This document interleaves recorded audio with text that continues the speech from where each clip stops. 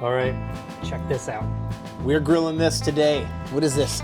This is Grasslands full blood. Yeah. What they're calling a Chuck Steak. Chuck Steak. This is dope because this is a Denver chunk, and this is a Delmonico chunk, right? This is a real nice cut of a Chuck Steak, right? So I did like what you said. It's kind of like a T-bone from the shoulder. It kind of is like a porterhouse or a T-bone because You you know? got like, this would be like your New York, this would be like your tenderloin. Yeah. Almost, you know what I'm saying? That's cool. Quite a bit different, of course, coming from the shoulder, but Yeah. to kind same of idea. reference like what this is as a whole piece is kind of like that. Yeah, this is the best of both worlds here. All right, so we got our coals. They've been going for about an hour. Yeah. And I'm waiting for these to get white hot. Yes.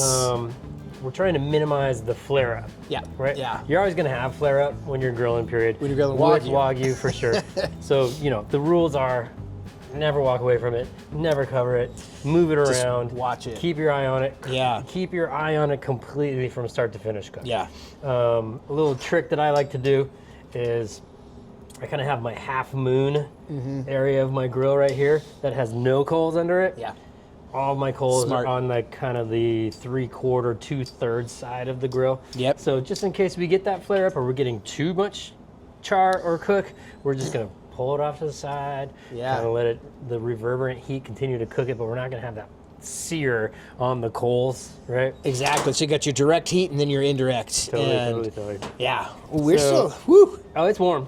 That's real warm. It's warm. I like this little trick you do though. I just So- give it a teeny little drizzle. Of what? A little of Wagyu tallow. Yep. And I just like to shine it up. Yeah. Just paint it a little bit, right? Super nice, dude. So that's just gonna give it that real, oh my God, look at that. that just woo. It just solidified because Yeah. it may look nice here in the old PN dub today, but it It's is sunshine, blue sky, and little about chilly. 44 degrees over here on the Yeah, patio. maybe. All right, so a little shine, Yep. and then You go salt. I go semi-aggressive. Semi-aggressive on that salt. I go aggressive salting, but I'm only gonna salt one side. But you know, at home, though, like we taste a lot of Wagyu. We're really trying to taste the meat. Yeah. You can put a rub on there. You can put pepper on there. Right. Whatever you want. If you really just want to taste the meat, though, this is the solid way to do it, man. Just salt. And realistically, that's what we're doing right now. Yeah. It is our goal. We're set out to experience all these different ranches, Yeah. all these different feeds, all these different bloodlines. Yeah. And the best way to taste this meat is just salt. Yeah. Pure. Yeah. That's it. Whew. All right. You want to go on that? Or you want to let it settle? Let's cut.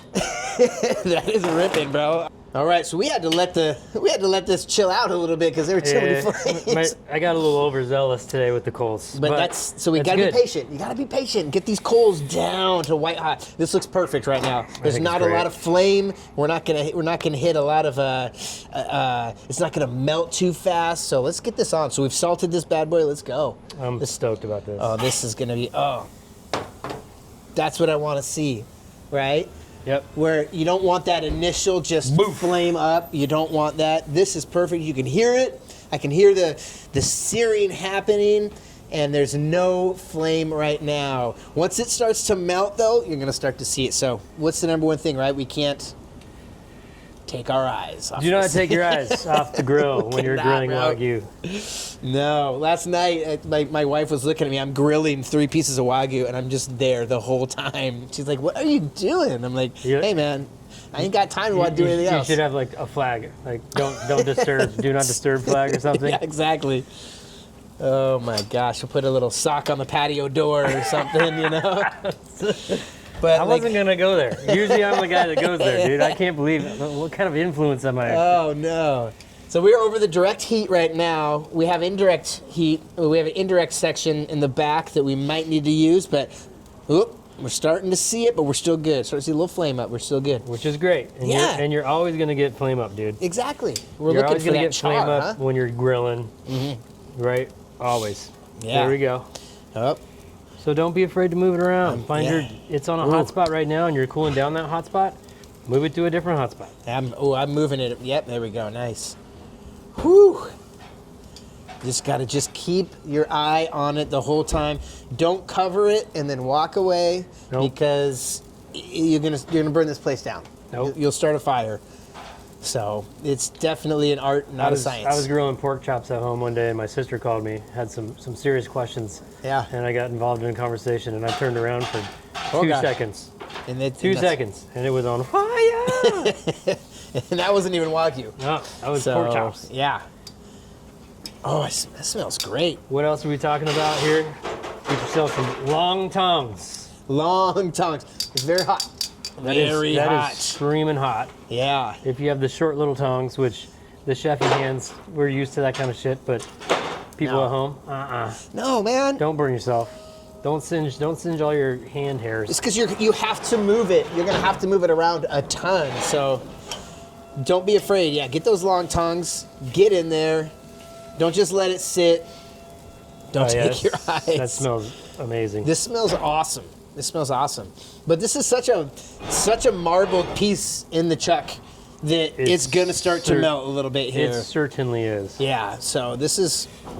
Thank God we have a spot that does not have coals over it, so we can move it if we need to. Like I said, that's a good tip at home. Yeah. If you're using a charcoal grill like this, or fire, or wood, or anything like that, keep yourself a nice cool spot. That's your bailout, right? Yeah, dude. That's your bailout spot. Let it calm down. If you're like, I don't know what to do, slide it over to the cool spot, open a beer, take a break. You got it. Keep your eye on it, though. Keep your eye on it. Yeah, am I pushing that part down? Is it starting to kind of buckle up a little bit? Not too bad. You're okay? Okay. It's just got a little floppy end there on the end of the Zab. So still, it's only been a couple minutes. There's been no trickery. Been about, 3 minutes on the first side, probably? We're going to confirm. Pretty close to with 3 Jim minutes. Says pretty close. He says pretty close. I'm going to enter a competition after this. How long has this steak been cooked? Oh, Yep. let me see it. That's about 6 3/4 minutes on one side. I love it. Yeah. There we go. We're just letting it roll. Yeah. That's not bad. Woo! See, when you do move it, you get a little more flame. I love that. Yeah, that's It's fine. one of my favorite things. It's dramatic. But just be aware. That's why you got the long tongues, right? Dramatic. No, it is. Oh, this is going to be nice. So this is a thicker piece. So, what kind of internal temp are you going to be looking for? And are you going to temp both sides and kind of figure out the Delmonico versus That's the a Zab? good question, because the Delmonico is probably going to cook faster than the Zab is. Yeah. So as you can see, like if I do that, I can kind of pull the Zabby towards the end of my coal bed, where the Delmonico is kind of reaching the edge of the reverberant side. Okay. The indirect side. Yeah, that's a good point, man. But look at that. Oh, it's just. Yeah, we're just getting really nice. Dude. It's almost like a copper color seared. Yeah. When it's not charred. Look at it's like that looks kind of beautiful. I love it. Cannot stress enough how good these coals are, how burned down and white hot these coals are. They're pretty perfect. For years, I was grilling Wagyu, and with some of those flames, and I'm like, I gotta move it every second. But like when it's like this, you don't got to as much. Nope. You still got to keep your eye on it, but really, you got to be patient. I mean, we waited. We probably cooked these up an hour ago. I mean, it's been a while. The coals? For the coals, maybe even an hour and a half. Yeah, they've been on for a while. Yeah, they've been going. So. Whew, that's hot. I'm gonna pull this guy off just for a minute on the cooler side and let it settle down a little bit. Because you feel like you got a nice sear on both sides so far. Really money sear on both sides. And that's really the really important part in grilling is just getting that good sear and then pulling it off to the cold side to just finish the cook, right? Like a conventional oven, huh? Yep, totally. We're still cooking it. Yep, we're still cooking. Juices are still running. Yeah, perfect. All right, here we go. So it's been about 8 minutes. Oh my God. Look at that. Look at that sear. Look at that. So you got Both a perfect sides. sear. Beautiful. We've cooked it all the way through. Mm-hmm. What are you looking for on this? The Zab versus Delmonico internal temp. We're gonna take Zab 125. Yep. And Delmonico is gonna be a little bit more north of that. A little bit higher, right? Yeah. Yeah. So we're gonna mid-rare, medium. Yeah. Right? Yeah. It's gonna eat great. Oh, so we're gonna pull that off, and what are we gonna do? We're gonna let this rest. We're gonna let it rest. We're gonna Let it chill out. rest. Okay. Just let it rest, man. Probably about 5-ish minutes, 5 to 6 minutes. Let it is what I'm gonna rest. say. Nice, bro. So I'm very excited about this. we just pulled this off the grill about 6 minutes ago. Let it rest. So how are you gonna do? We got the Zab and we got the Delmonico. I'm gonna separate them. Okay. Okay, so I'm just gonna go right down the seam. Yep. Right. Delmo here, Zab here. You can see all the lines of the Zab running this way. Yeah. So I'm gonna cut just a piece off, Yep. like this. Oh God, yes. And then I'm gonna go diagonal against the grain right here. Kind of like a tri-tip, man. Kind of like a tri-tip, actually. Yeah. You're right. So you got a great sear on I did. this. This knife is sharp as balls. Yeah. And I'm having a little bit of a tough time getting through that first crust. That's good. That's a good looking crust. It's a good sear. I like it. This is like more on the probably 120 side. Yeah, you wanted to try this a little bit on the rarer side, right? I do. Okay, so like boom, right there, medium. Yep. This rare. So as you can see, as the muscle changes, you can get the best of both worlds here. You can get any flavors you want, dude. So cut it in half. here you go. Yeah. Here you go. Here's your Try rare. my rare piece right here. I'm gonna try a rare piece too. Right off the grill. Oh, money. Oh man. That's insane. And try the Delmo too. Dude, Huh? that char is so good. It like you need a little texture sometimes with Wagyu, I always say. Oh, buddy, that's gonna be just. And that char, that sear really on this crust is so good. It really helps balance some of the richness. Look how fatty this Delmo is. I know, it's falling off. Oh my God. So try the Delmo next to the Zab, because Got too much good stuff happening right now. we're talking about two muscles that are right next to each other that are going to eat completely different. This is the Delmo, right? Yep. We call it a Delmonico. Some people call it a Chuck Steak.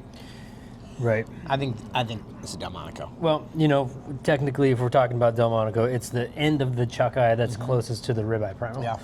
That's kind of where I suss out the Delmo. That's crazy. They have totally different flavors. Like a Delmonico is like that pre-ribeye, and this tastes like a ribeye. This tastes like a rich, Oh my God. beefy ribeye. This is nice, and but the texture of the Delmonico is what I really like. Got a little chew to it. Yeah, right. Like Right. it's like I'm eating that steak. No, this was on the grill for what, like 8-9 minutes. That's a big steak, Good night. dude. Good night. This is full blood, unique, specialized bloodlines here Specialized bloodline, by Grasslands. specialized finish. I want to get into the finish even more next time we see our boy. I'm like, hold up. It's corn. Act like I don't know anything about anything. Yeah. Please explain to me how you finish. Like I'm a 5th grader. I want to know. I want to know the blend. I want to know how it's harvested. I want to know everything about it. Yeah, man. 'Cause that's what meat nerds do. And I mean, That's real we always good. try to taste the grass, right? Because cattle are raised on grass. Oh. Primarily, they're eating grass, and they have a great finish. All these Wagyu cattle have a wonderful finish, but this tastes different. This Zab tastes a lot different than the California Zab that we just had too. Completely different. They're completely different. They're both amazing. This is, That's wild. bro. Buddies, you're doing on, you're man. doing it. This is There's something about that. this is some finite product. Something about that Zab that like is so rich, man. This butter just hits you, but the crust kind of like saves you just a little bit. No, Here we go with the Wagyu chapstick. yeah, you feeling it? Yeah, damn, We're good. This is great. Good. It's just cold in Seattle today. I love that. Thank you very much. Dude, that was it's awesome. delightful. This is so good. I might take that home.